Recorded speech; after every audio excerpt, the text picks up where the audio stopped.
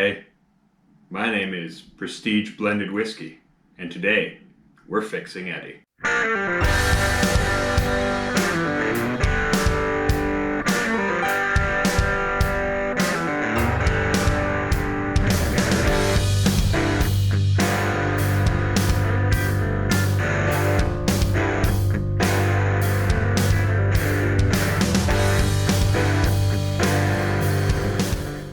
Hey everybody, it's the Rotgut Review, Worst Whiskey Watch.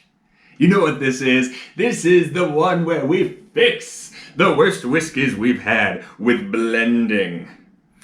Am I wearing pants right now? You'll never know.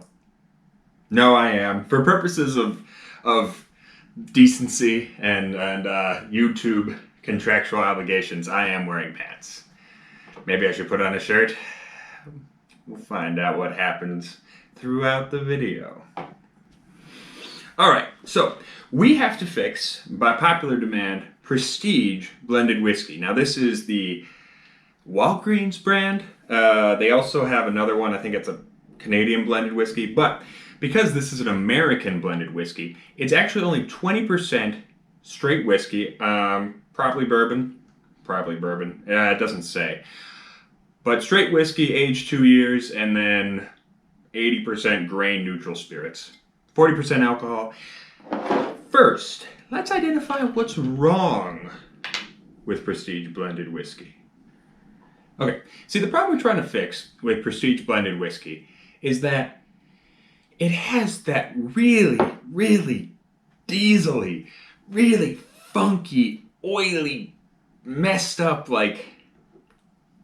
blended whiskey smell that you get with a lot of these cheapo brands where, you know, it's grain neutral spirits, it's basically vodka that they didn't filter, and it just smells like unburned petrol, like just leaking petrol in a garage. So, yeah, that's what we gotta fix. Now, on the taste, there are elements of sweetness and a little bit of nuttiness. So I think, usually, my first thing would be to try and just make this as dry and smoky and meaty as I possibly could, because that's kind of who I am. And I was thinking about this. Our rules for the blend, right? I get 3 chances to make the blend, and I can't just be pouring all day long into 1 cup, because that would just basically be the same as infinite chances.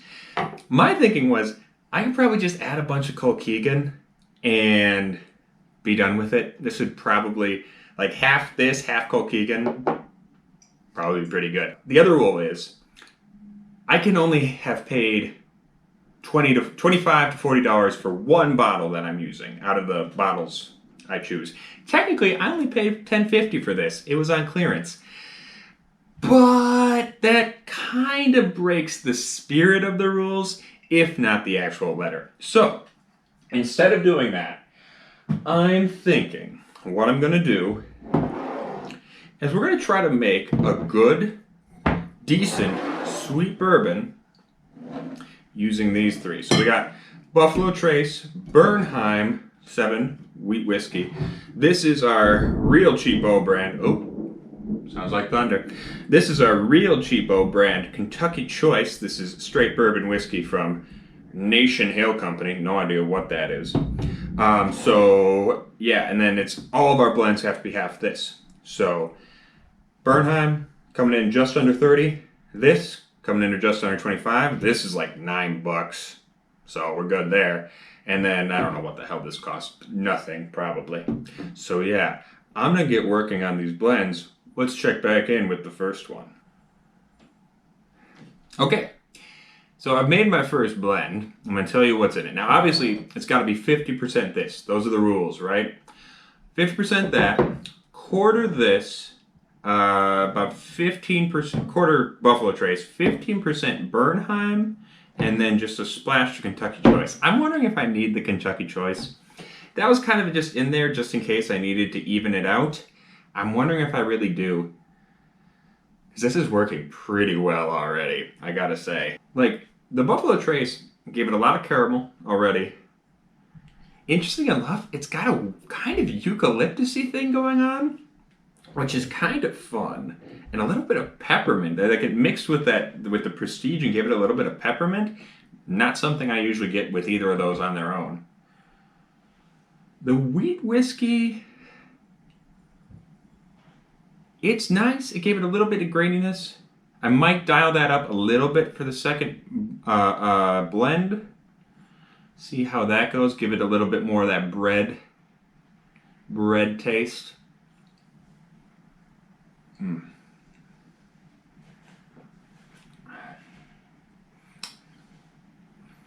I finished though. I finished. We're still getting that funky, diesely something or other. Yeah, that's not quite working. What is it gonna be to take out that diesel note? Next, okay, this next one I think I'm gonna try the Kentucky Choice. A little bit heavier. See if what that does to the finish, because we know these two can take care of the nose. All right, the nose and the taste we're okay. I need something that'll fix the finish, is what it is at this point. And not thin out the taste too much. That's the problem. That's the problem. Let's work on that. Okay, so second blend. Here's what I did. I did a hefty amount. So I did about, I would say, a third on top of, so half the Prestige, a third of this, the Kentucky Choice. And honestly, that like improved the nose immediately. Like you put any of these straight whiskeys in with Prestige, and it instantly improves the nose. That's the easiest part. No big deal. Like it went from piss and mineral spirits, and it became actual like nuttiness, dry cornness. Not too bad. Not too bad. The problem with using a lot of this Kentucky Choice is that it thins out the taste too much. It actually works pretty well on the finish. It takes away a lot of that astringency, not all of it, but it replaces it with some dry corn. Using too much of it, though, thins out the taste as compared to the first blend. Because you're losing the caramel, you're losing some of that like butterscotchiness, some of the spiciness. I'm not getting the peppermint like I was. Yeah. It's a little too cloyingly sweet too. There's like a weird uppity sweet note. It's not bad. But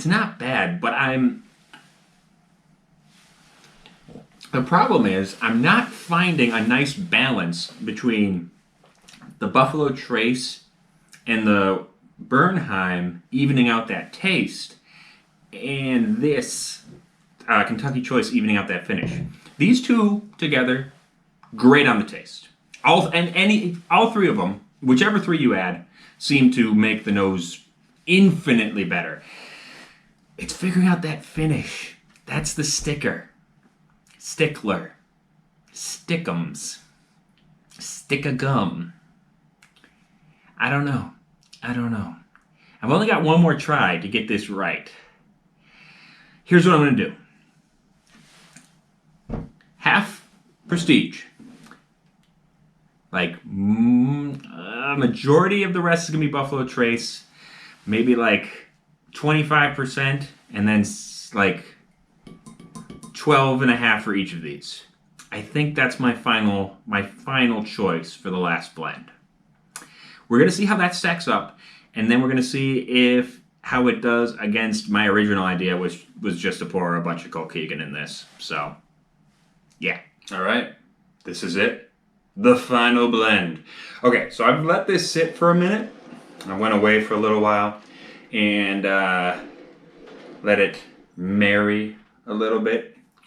So hopefully this is the best of the three. I mean, we're going to compare them. We're going to find out if I got worse over time, if my guesstimations were completely wrong. All right, so number two smells good, very brown sugary. Number one right off the bat is the worst smelling, so at least I got that better.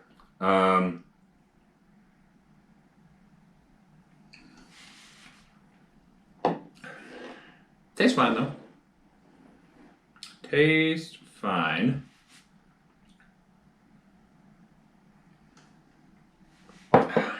Both of these don't taste that great, actually. They're very okay. They're very okay. Yeah, you can still taste a lot of that just kind of, I don't know. Why do I want to say the word desiccated? Can something taste desiccated? I guess. Tastes kind of desiccated. All right. Okay. I got the nose right. This nose is pretty damn good. Little peanutty, little brown sugary. There's a touch citrus there, which I like. Maybe some kind of darker fruit, a cherry or something. Not a whole lot of wood tang, but that's all right.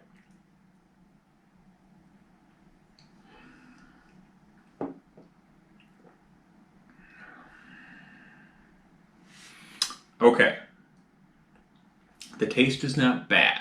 The taste could be better, but the finish is good. The finish, there's pretty much none of that weird, acrid, diesel-y taste, so I'm pretty happy with that. The taste, it didn't quite work out. I don't know.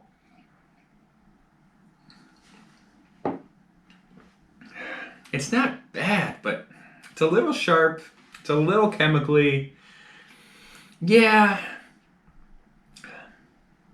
I gotta say, this is not awful, but it wasn't as good as the, what was it? Which one did we just do? The Jim Beam Vanilla. The Jim Beam Vanilla, we actually got to a pretty good place. This one is not quite there. I'm sorry to say. You know, in my own time, once the challenge is over, I may try to work on this and perfect it, get it exactly right, and maybe I'll report back to you guys.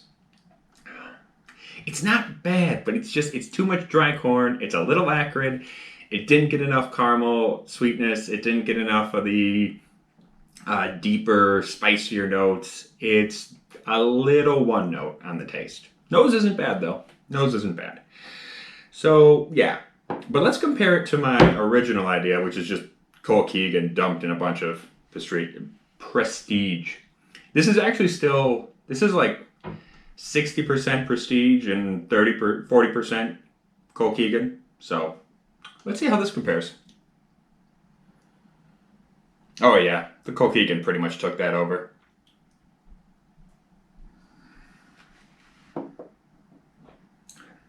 Oh, yeah. It's a little barnyardy. It's a little hay, but there's smoke. It's a sweeter smoke. There's a teriyaki thing going on. It's meaty.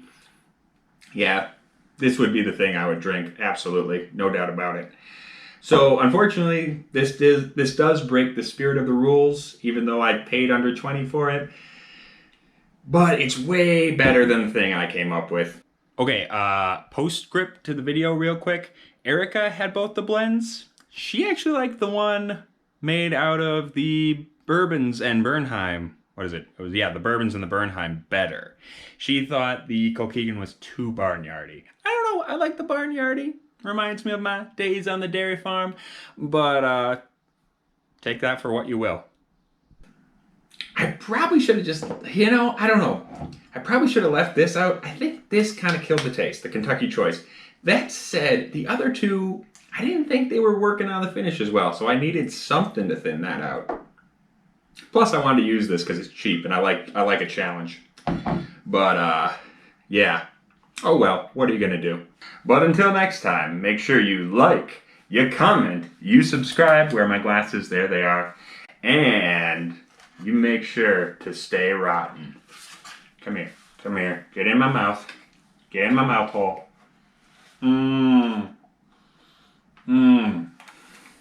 So good. So good. Alright, folk, listen up. Usually I would give you the choice of what I had to fix next, but I want to do George Dickel Tabasco. So that's what we're doing. I'm making an executive decision on this one. So we're doing that one next, but I'm going to give you guys the choice of what the challenge is for me doing the blending, okay? So down in the comments, tell me, what is the challenge that I have to do while blending this, okay? It can be whatever. And whoever gets the most responses or likes and responses, positive responses, I guess, that'll be what the challenge is. This one is gonna be fucky.